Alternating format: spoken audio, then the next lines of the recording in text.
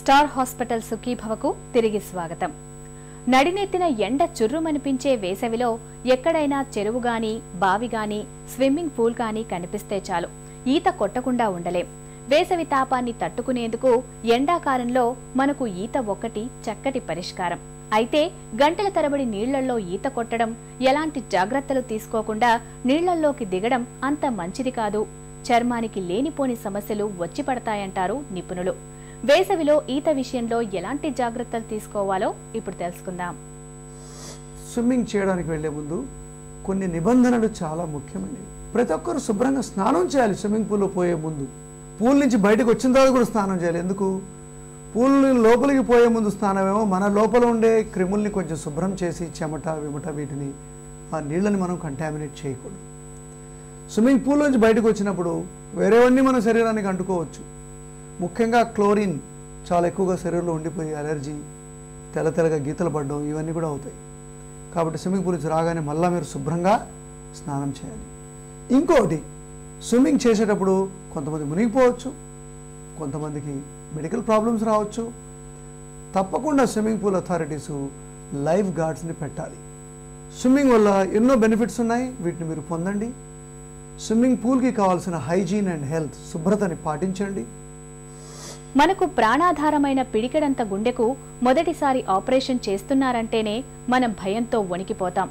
ఏమవుతుందో ఏమోనని ఆపరేషన్ అయ్యేంత వరకు బంధుమిత్రులంతా ప్రాణాలు అరచేతిలో పెట్టుకుని ఎదురుచూస్తారు. అలాంటిది కీలకమైన గుండెకు రెండోసారి ఆపరేషన్ అంటే ఇక ఎంత ఒత్తిడి ఉంటుందో అర్థం చేసుకోవచ్చు. రెండోసారి గుండెపోటు వచ్చినప్పుడు, పుట్టుకతో గుండెలో లోపాలు ఉన్నప్పుడు, కవాటాల్లో సమస్యలు ఉన్నప్పుడు గుండెకు రెండోసారి ఆపరేషన్ చేయాల్సి వస్తుంది. రెండోసారి గుండెకు ఆపరేషన్ చేయడంలో ఉండే కష్టనష్టాల గురించి డాక్టర్ని అడిగి ఇప్పుడు తెలుసుకుందాం.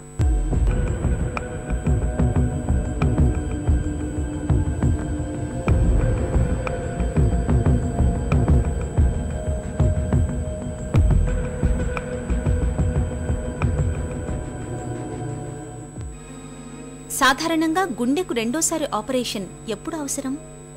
ఈ రెండోసారి ఆపరేషన్ చేయడానికి రకరకాల కారణాలు.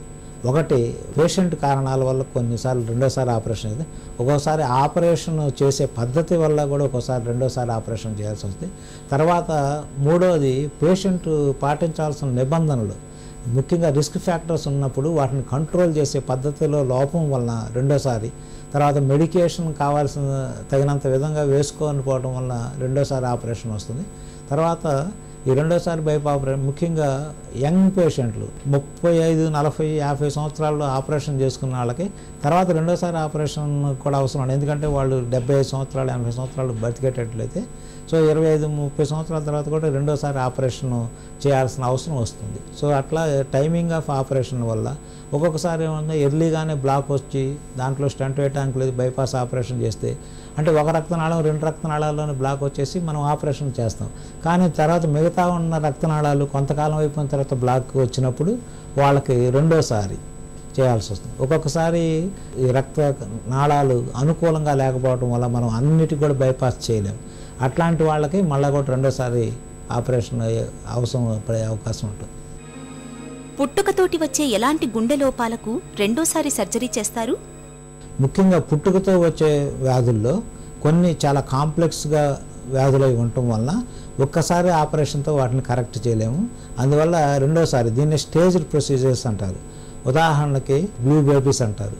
మరీ చిన్నప్పుడే 1వ సంవత్సరం ఇంకా 2 నెలల బాబు ఉన్నప్పుడే ఒకసారి ఎక్కువగా బ్లూగా అవటం వల్ల ఒకసారి ప్యాలియేటివ్గా బీటీ షంట్ అనే ఆపరేషన్ చేస్తాము.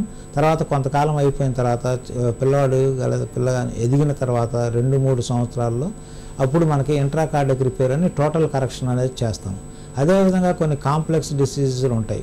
ట్రైకస్పిడ్ ఎట్రేషియా అని, ఒక రైట్ వెంట్రికల్ సరిగా డెవలప్ కాక ఇట్లా ఉన్నప్పుడు ఏముంటుంటే దానికి ముందు షంట్ ఆపరేషన్ చేసి ఒక్కొక్కసారి బైడైరెక్షనల్ బ్లైండ్ షంట్ అని అంటాం. అంటే పాక్షికంగా ఆ డిఫెక్ట్ని కరెక్ట్ చేస్తాం.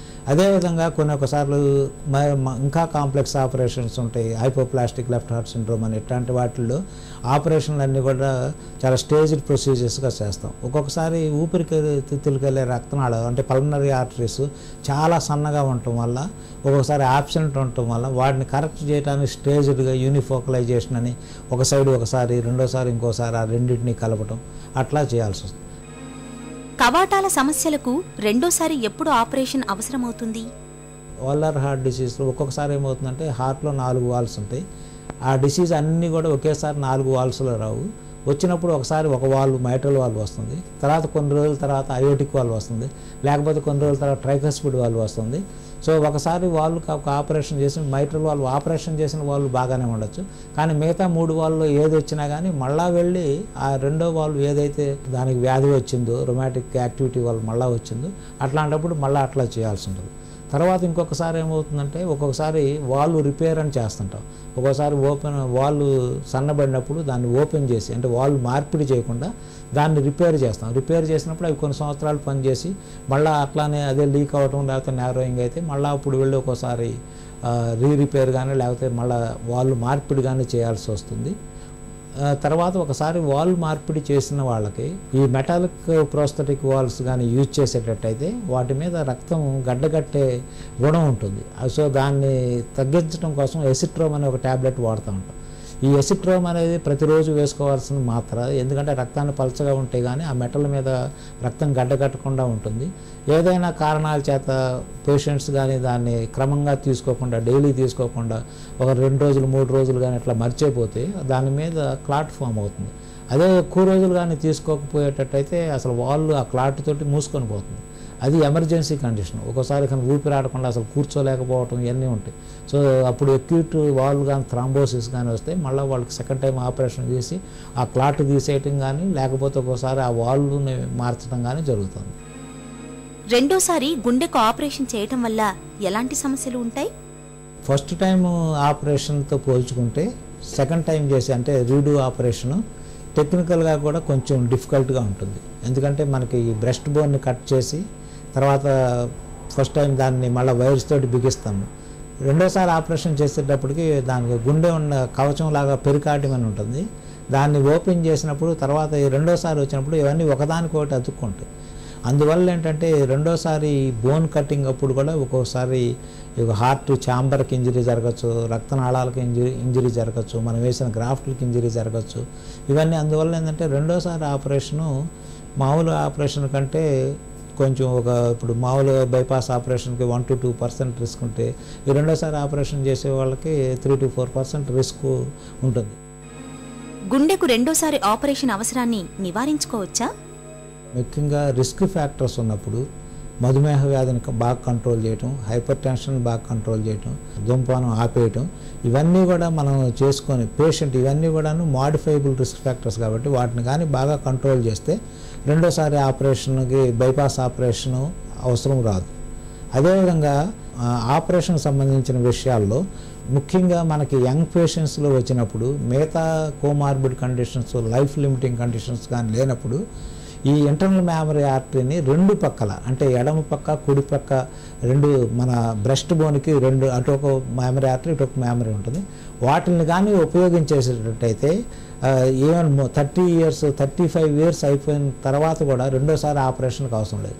అట్లానే మనకి మణికట్టు దగ్గర నుంచి రేడియల్ ఆర్టరీ తీస్తారు. ఇవి కూడా ఆర్టీరియల్ గ్రాఫ్ట్స్ మన్నిక ఎక్కువగా ఉంటుంది ఇవి సెరల్తో పోల్చుకుంటే. ఆ తర్వాత ఇంకొక ఇంపార్టెంట్ థింగ్ ఏంటంటే ఈ రిస్క్ ఫ్యాక్టర్ కంట్రోల్ అనేది అగ్రెసివ్ మెడికల్ ట్రీట్మెంట్. ఈ కొలెస్ట్రాల్ తగ్గించుకోవటం, కొలెస్ట్రాల్ స్టాటిన్స్ అంటారు, తర్వాత షుగర్ కంట్రోల్ చేసుకోవటం, బీపీ కంట్రోల్ చేసుకోవటం, తర్వాత యాంటీప్లేట్లెట్ డ్రగ్స్ అంటారు, ఏంటంటే రక్తాన్ని పలచగా చేసాయి, ముఖ్యంగా యాస్పిరిన్. ఇవన్నీ కూడా రెగ్యులర్గా కానీ తీసుకుంటే దీన్ని సెకండరీ ప్రివెన్షన్ అంటారు.